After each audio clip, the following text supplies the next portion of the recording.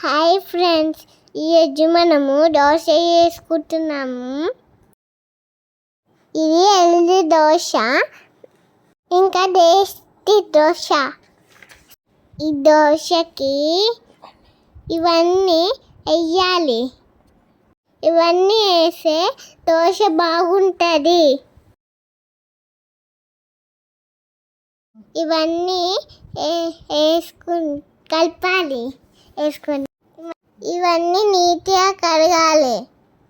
2 సార్లు కడగాలి. తర్వాత గ్రైండ్ చేసుకోవాలి. దోశ పిండి రెడీ అయింది. ఇప్పుడు దోశ వేయడమే. వేడి వేడి దోశ రెడీ అయింది.